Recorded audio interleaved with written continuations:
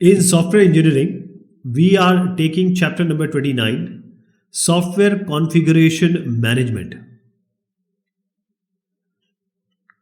Software configuration management. So, this is all about management. That is, you are organizing, planning in a way such that different activities in the software development life cycle, it can be tangible, it can be intangible, normally tangible, and these things are configured in a way so that everyone helps from this planning. That is, a change will always be there no matter what you are in which phase of your software development life cycle. The system will change, the software will change, the work product will change. So the desire to change will persist throughout the life cycle. So in order to manage this change, basically it's a software configuration management. So normally there is always a configuration management software that deals with it, but we need to understand what this software is doing. So software configuration management is the task of tracking and controlling what? Changes in the software.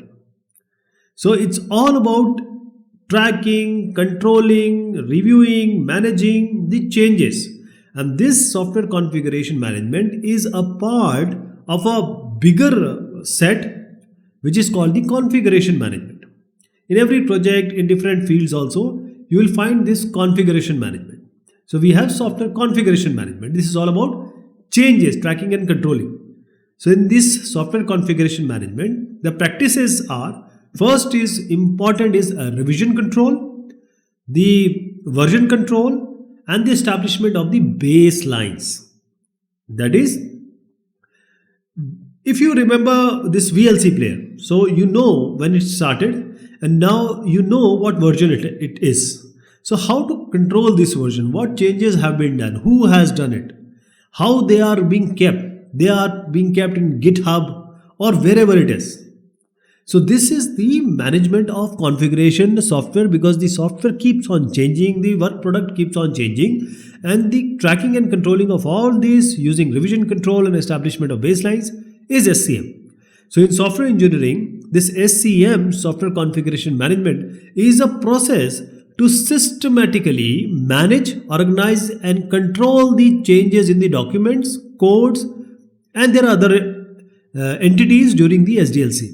So I'm showing you, say, your cabinet. You have placed your shirt, your pants, trousers, your shoes properly. So when you are able to do it, whenever you want to access it, you will be able to access it properly. So you have actually managed, organized, controlled.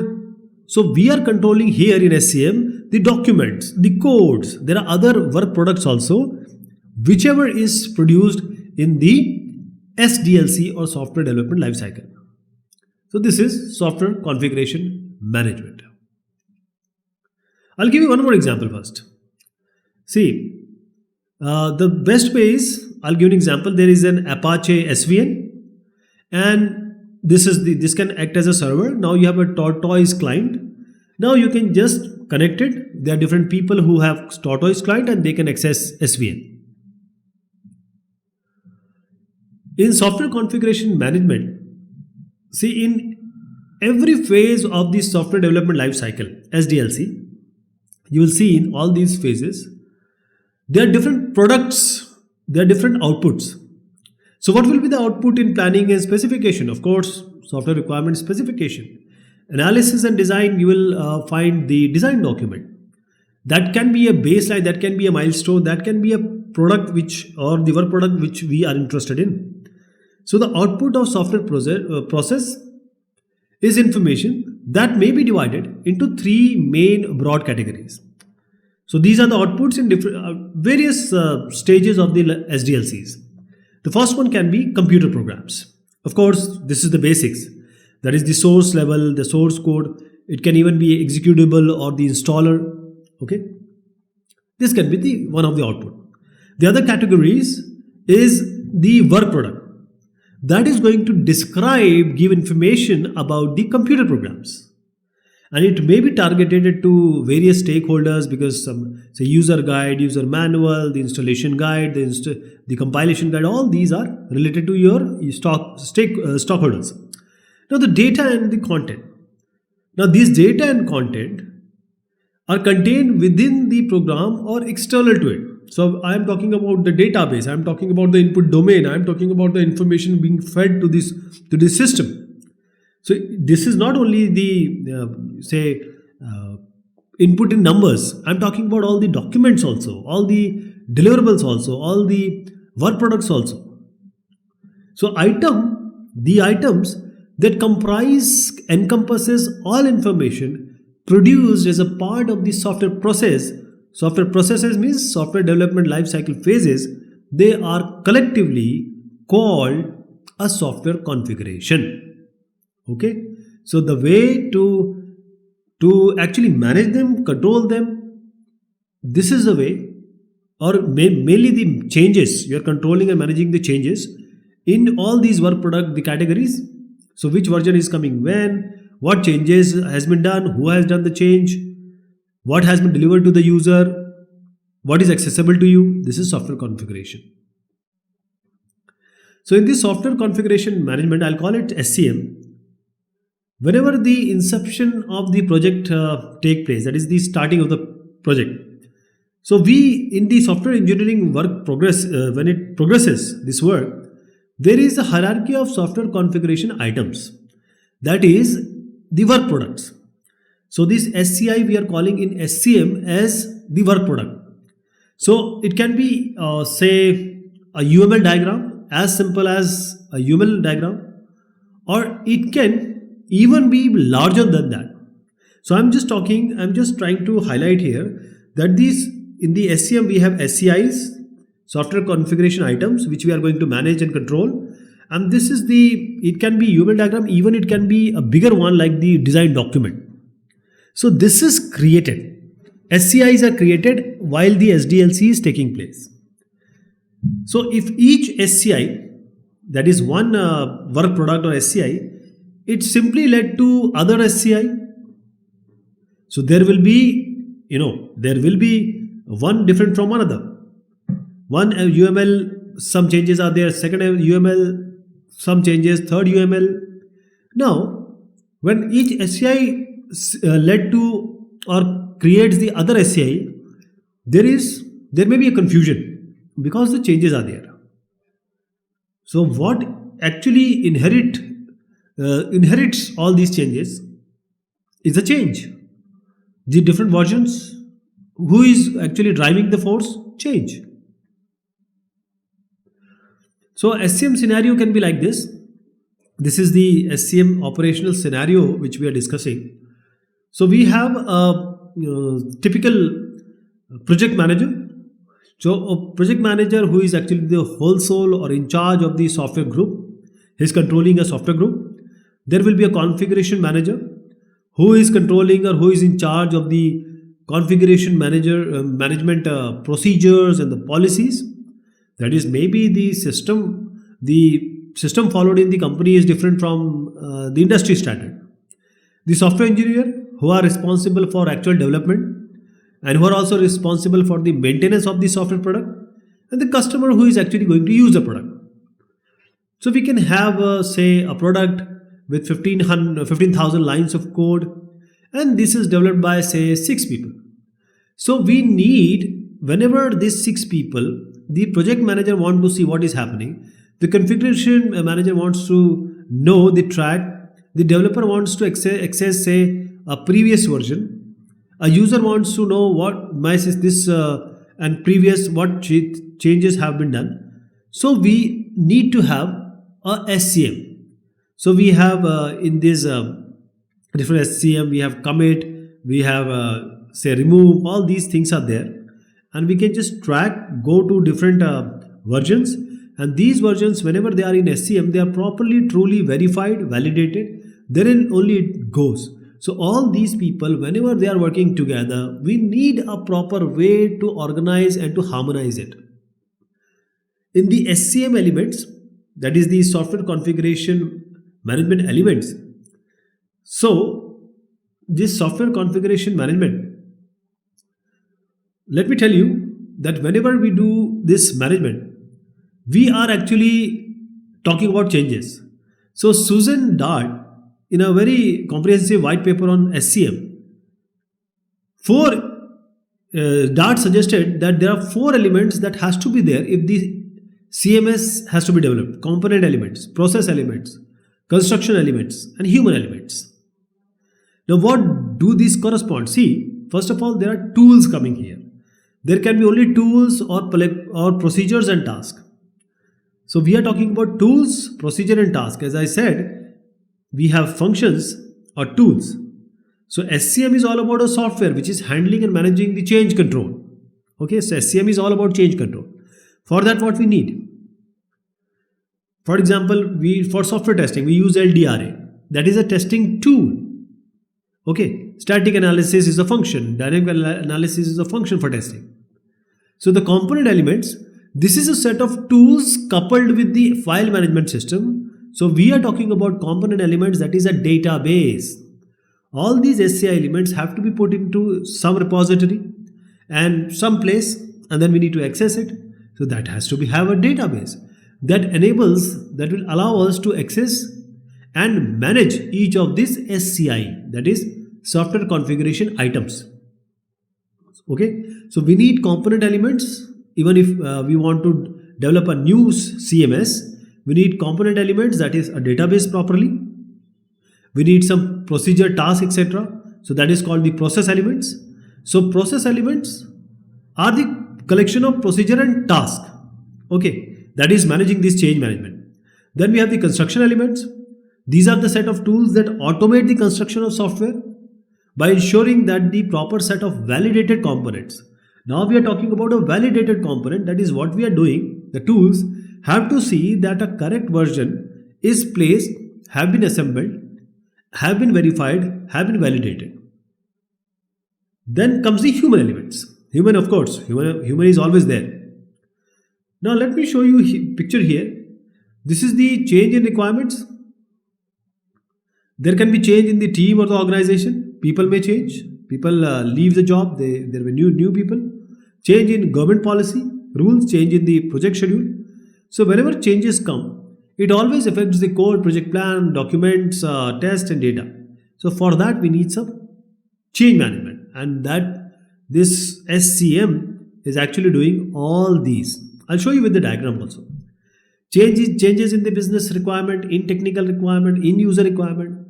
So we need to see that these changes will propagate to the project plan, test, code, data, other documents.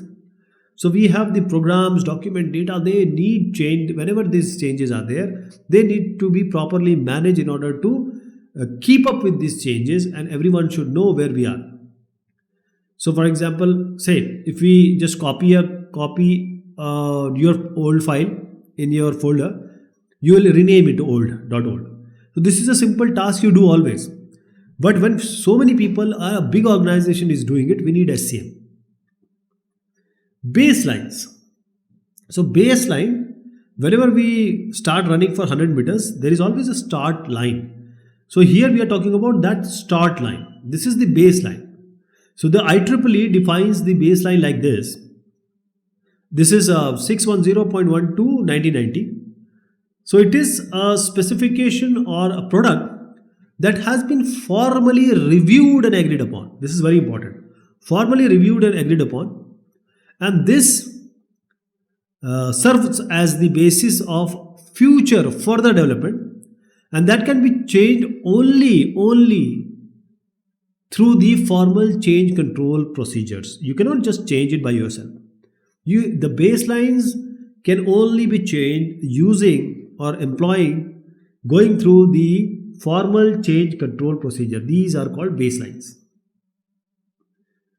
A baseline act as a milestone in the development of software or the web app or the mobile app that is marked by the delivery of one or more software configuration items, SCI, that is say SRS, say a design document, and the approval of these SCIs that is obtained through a proper formal technical review.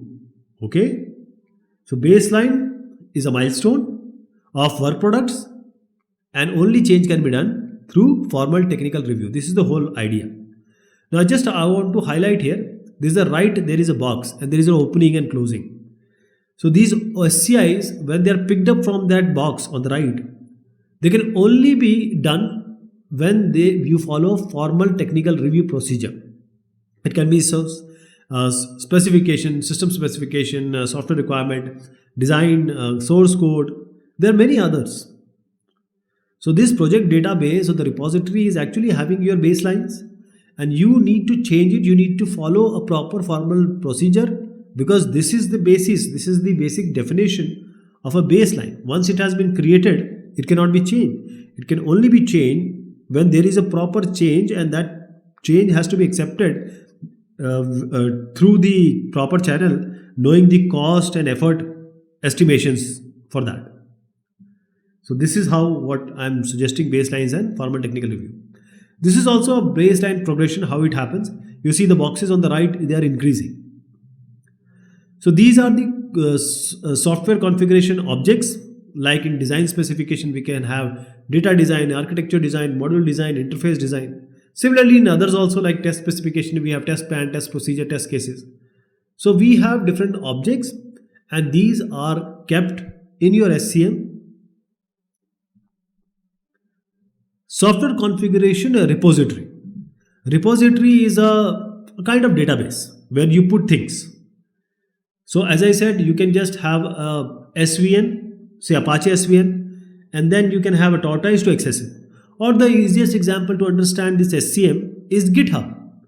GitHub, this is the best way we can understand SCM, because this gives all the possibility of this software configuration management.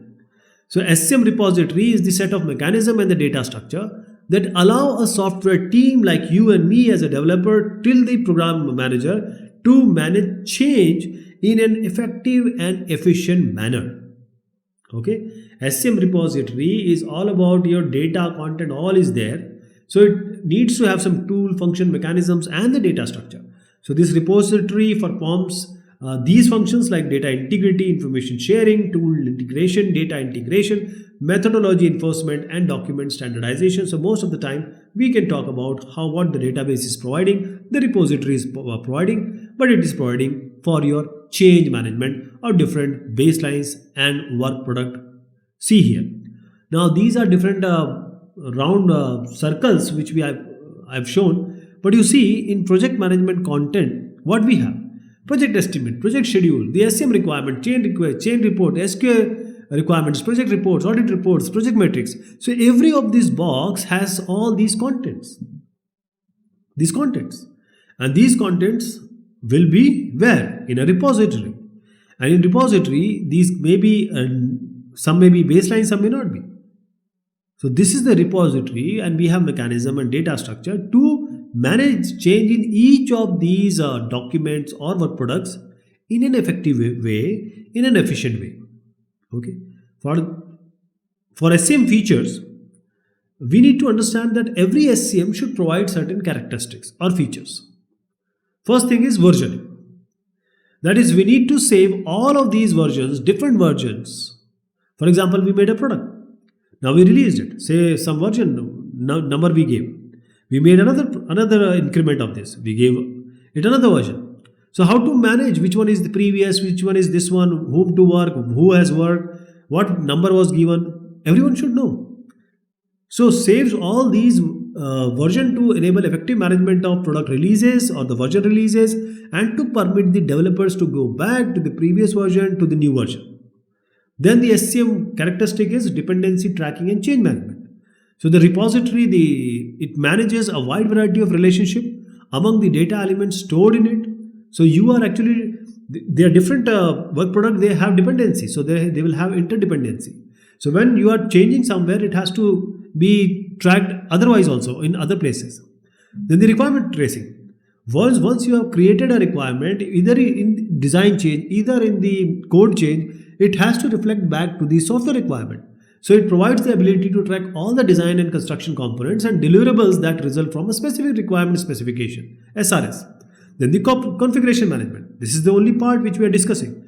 It keeps track of series of configuration representing specific project milestones or the baselines or the production releases, and version management provides the needed version, and the link management keep track of all the interdependencies between them. Audit trials. Now audit trials, this establishes additional information: when, why, whom, by whom these changes were made, because this is all about change management. So in the SCM process, every SCM process need to follow or address certain questions, answer certain questions. Before you are making a process, you are making a, ultimately, as I said, there will be a software configuration management system. So the questions need to be answered by this software or the SCM is: how does a software team identify the discrete elements of software configuration? How does a organization manage the many existing versions of a program or its document related document in a manner that will enable change to be accommodated efficiently? How does an organization control changes before and after it has been deployed, released to the customer? What has been changed, when changed? Customer knows what we have and what were the previous one. Who has the responsibility for approving and ranking changes? What is the authority? Is it a program manager? Is it someone else? How can we ensure that changes have been made properly? Are they acceptable? Are they not? Are they done with proper input? What mechanism is used to appraise others of changes that are made? That is, if you have done certain changes, the others should also know. Everyone should have a proper released, new, updated link or notification that this thing has been changed. Now you can do this. So this mechanism has to be there in your SCM, along with the change control, along with the version control, along with the responsibilities, along with the changes done properly, well validated and properly reviewed. So if you see, these are the layers of SCM processes. SCIs are the basic elements. We have identification, change control, version control, configuration auditing, and finally the reporting. Okay. Version control.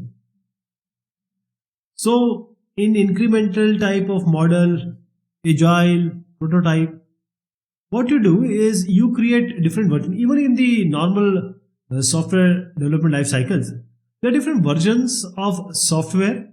And software, is a combination of source code, the documents, the installation kit, various things are there. For example, the version 1.1 is there. Then the next updation, next release can be 1.2. So there will be some major change. It will become 2.1, 2.11 like this. So these are different versions. Now how to control these versions? Under the software configuration management, so version control, it combines two things: procedures and tools, in order to manage these different versions which I showed you of configuration objects. So configuration objects can be source code, it can be SCI, software configuration items, it can be some baselines that are created during the software processes under software development life cycle. Baseline you can say, or you can say the lifeline. Okay. So even the user manual will have some version, even the source code will have some version, even the design will have some version. So version control system, it implements, or you can say it is directly integrated with 4 major functionalities or capabilities. Any kind of version control system which is under SCM. So what are these? The first one will be the database. We are calling it as a project database or repository. Now here we are going to put or store all the configuration objects interrelated or relevant. So this is the repository. Then we will have a version management. Now this SCM, software configuration management, should have the capability that it can store all version of the configuration object, or you can say it can enable any version to be constructed using differences from past version. For example, if some previous version is there, now you are trying to ingest or commit a new version, the version management should be able to differentiate between them. Then we have the make facility. Now you want to create a specific version, a new version. So this make facility should enable the software engineer or a team to collect all the relevant configuration objects, that is the interrelated or the corresponding configuration object, and it can create the specific version like the code, like the document which is given to the user, which has to be given to the user as the deliverable. So this we need to have a latest say version, and that make facility is responsible for doing exactly that. Then comes the issues tracking. Now bug tracking is all about every component object or the configuration object will be having certain changes, bugs, or whatever is to be done. Now this issue tracking should have that capability that enables the software team to record and track the status of all the problems or any kind of outstanding issues which are associated with each of these configuration object. What has been done, what is still remaining, what is to be done later. This is the issues tracking. So version control system, as I said, will have 4 major capabilities which are like this. Now let me show here that this is the source code management. So this is how we control the source, also the revision control. So we have files and then we have certain numbers. Here you see the SVN, which I was calling previously also subversion SVN. Then the GIT. GitHub is the most prominent, and you can understand this SCM not better than this GitHub. So we have the servers repository. We first check out a working copy, then commit to the repository, then update the updates. You can also clone the repository, whatever is there, you can just clone, and then you can just push these with the changes to the repository, which is the database. And you can also pull the updates and the commit when you have already done everything. Change control. Change control is also a very important part in software configuration management. So SCM is all about change control. It's all about changes. SCM is managing, locating, tracking, controlling the change. So the reality of this change control in today's modern software engineering context, this was very beautifully summed up by James Back. He said, and everyone knows that change control is vital. So what we worry about is that even the small change can be a catastrophic to your business. But even a small change can actually save your business from any catastrophe or failure. So both way it is, two-side sword, you can say. So the change control should be done in a proper way, which I am trying to suggest here.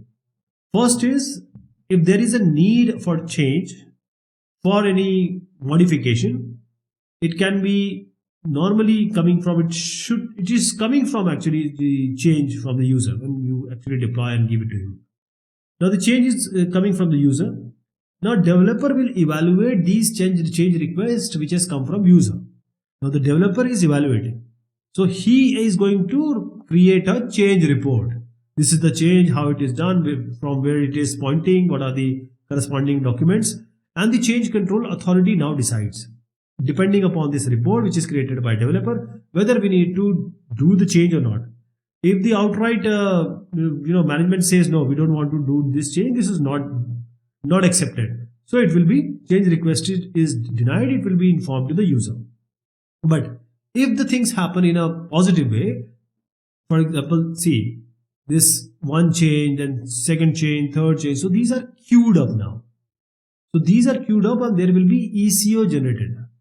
What is this ECO? Engineering change order.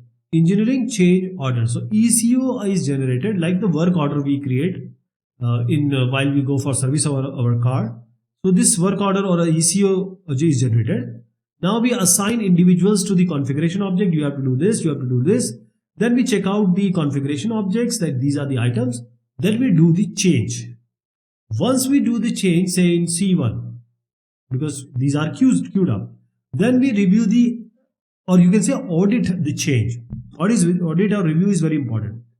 Then we check in the configuration items that have been changed. That is, you commit and you push it on in your CMS. and then we establish a baseline for testing, because now the testing is important. We do all the quality assurance and testing activities, and now for the next release, next revision, we promote the changes in order to include it into the next release or next revision. Then we rebuild the appropriate version of the software with, that is because the new release has to be made. So we rebuild, and then we again review or audit the change to all the configuration items, because there is one item that is related to multiple items. So we need to review and audit the change to all configuration items. Then we include the changes in a new version, and finally, what do we do when we include changes in new version? We have to release it. So we distribute the new version. So this is the whole process of change control being followed. Software configuration audit in any company, if some dollars is involved, money is involved, so audit team will come, they will ask, okay, give me the bill, oh, this money has gone where, now show me. So they just want to see that whether things are going fine or not. Is there any discrepancy? Is there any anomaly? Is there any problem? This is audit. In software configuration management, audit does the same thing. And because in any kind of an organization, there will be some accounting. So this is the status accounting in SCM. And then you need to tell the people about what is happening or what has happened. This is the reporting. Okay, this is done. This is done for the SCIs, the software configuration items, the change request, and the software quality assurance plans. And as I said, the status accounting again for all these, along with, because you are doing the changes also that has to be reported. That is, engineering change orders will also be there. So this is the software configuration audit. So a software configuration audit, it is helping complementing the technical review, because it is trying to assess a configuration object for the characteristics, for the attributes that are generally not considered during review. I'm not saying it is not considered. Sometimes they are not considered, because technical review, other kind of reviews are entirely different than the software configuration audit or this kind of review. So the audit asks and answers certain question, and these question has to be answered in SCA. That is software configuration audit. These questions need to be addressed. First question is, I'll talk about the ECOs first, because this is the engineering change order. Has the change specified in the ECO being made? Does the change happen? How have any additional modifications been incorporated? Along with this, additional modification is done or not? Has a technical review been conducted to assess the technical correctness? You have done the modification, whether it is correct or not. Has the software process been followed, and have software engineering standards been properly applied? Is it not bug fixing? You have applied everything what is being desired. Have the change been highlighted in the software configuration items?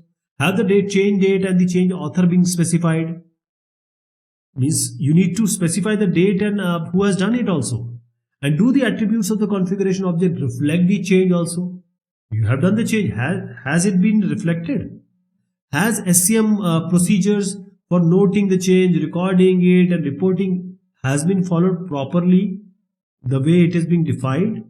And have all related SCIs been properly updated? The software configuration items have been properly updated?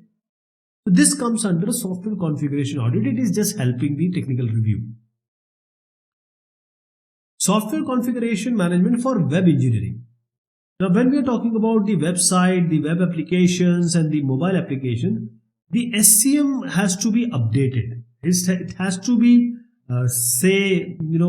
modulated to work with all these kind of development.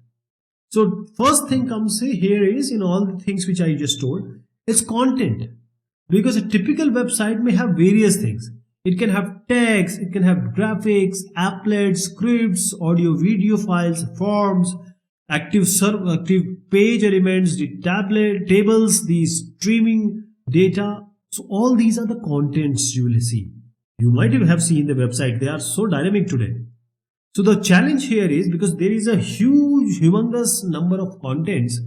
So now we need to organize these in certain set of configuration objects, like text, a configuration object, graphics, configuration object, audio, configuration object, and then establish appropriate configuration control mechanism for these objects which we were doing for the conventional one. And now we have people, because whenever the web app development is taking place, most of the time this is done in incremental manner, in an ad hoc manner. Any person involved in the web app or the mobile app can create content. He can do the work, he can create certain content which will be published in the website or the web app or the mobile app. So scalability is important, because have you thought about Facebook? Have you thought about YouTube? When FB came, how many users were there? When YouTube came, how many users are there? Now worldwide, Facebook, everyone has a Facebook account, everyone is using YouTube.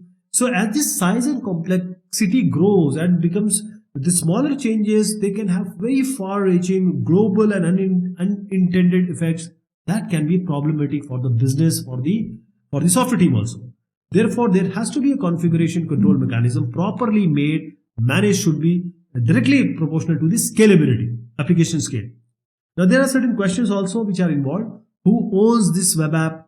Who assumes the responsibility? Who will take the responsibility? Whatever you are putting the information on your website, whether it is accurate, whether it is correct or not.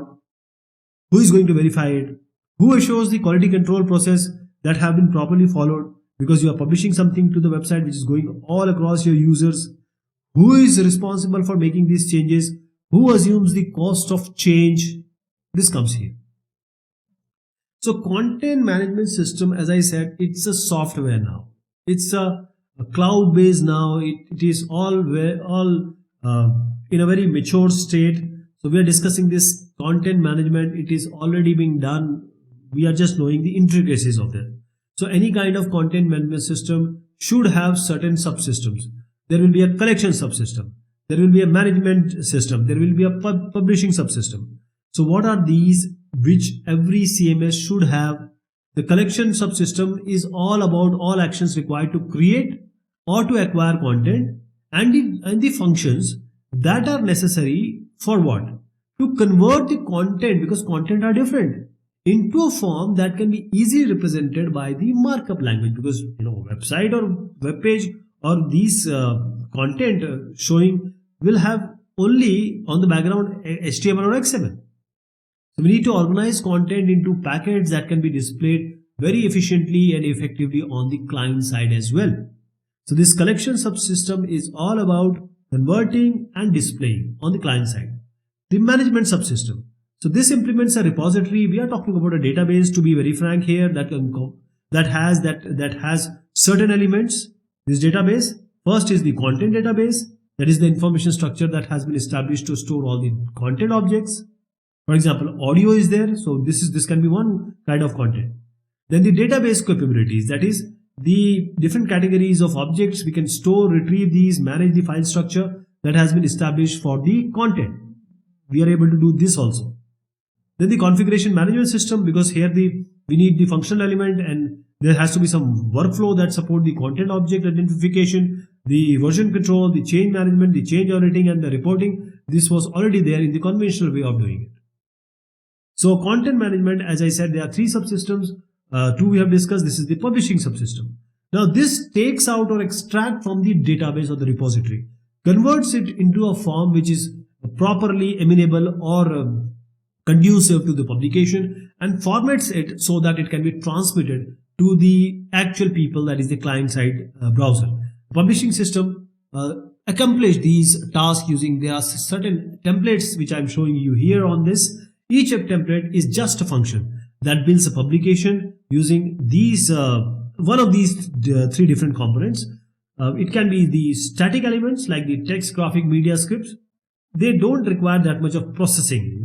They are transmitted directly to the client side. Then we have the publication services. These are functions where we need to call specific retrieval and formatting services for certain personalized content. That is performing data conversion and building the appropriate navigation links. This is for the publication services.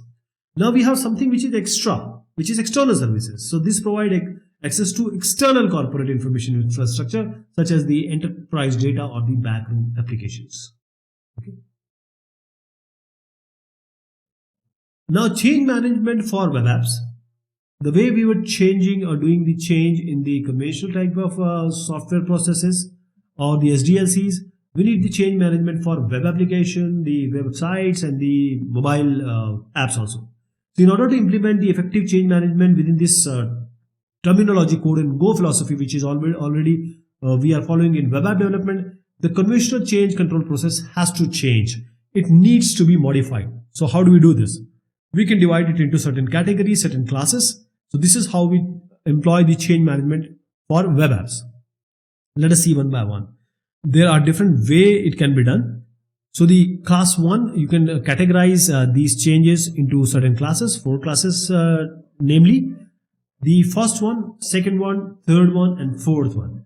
So what are these classes? Class 1 is when a content or a function change that corrects an error or enhances local content or functionality. That is, it is not related to anyone. There is a simple content you need to change or correct. This is a class 1 kind of change. Now when you do this, see, you need to classify the requested change. So we are classifying into the change 1. When it is done, you just come here. You don't do anything. Okay, just check out the object to be changed and you do the make changes in design, construct, etc.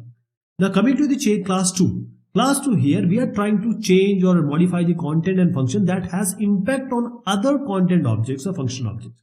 So there are certain objects which are related to this object. So when we do this, then we have to do a certain different action. So what we do here is the class 2 change, we have to acquire related objects and assess impact of change. That changing of this content, how it is going to affect the other different related objects. So changes required in related objects, we can do that, or the normal flow we'll go to the checkout objects later. This is the class 2. So now coming to the class 3 change. Now this class 3 change is all about content and function change that has a broad impact on the web app. That is, you are extending the functionality, you are doing certain significant enhancement, or you are reducing the content, or you are even changing the navigation scenario. Major required changes in the navigation is required. So here class 3, you need to develop a very brief written description of the change, and you need to transmit or give it or distribute it to all the team members. Please remember, team members for review. So this is okay, you go ahead, or if it is going to further evaluation, we'll go for that. This is the class 3 kind of change. 3 changes we have seen. Now the class 4 changes. Class 4 changes is even more significant. That is, you are doing a major design change. You are changing the interface. You are changing the whole navigation approach. Now these changes will clearly be notified or noticed or observed by the user across the globe. So now you need to be very sure what you're doing. So you cannot do by yourself. You have to involve the stakeholders. So you have to develop brief written description of the change. You have to distribute it to all the stakeholders for you, of course the team also, and then if it is okay, we go ahead. Otherwise it has to be further evaluated. Once this is done, there is a common path. We check out the objects to be changed. We make changes either in design, construct, or test, then again test it and check the objects that were changed. That is the testing again part. And finally we publish it on the web app. Okay, this is all about this discussion. Thank you so much. Take care of yourself.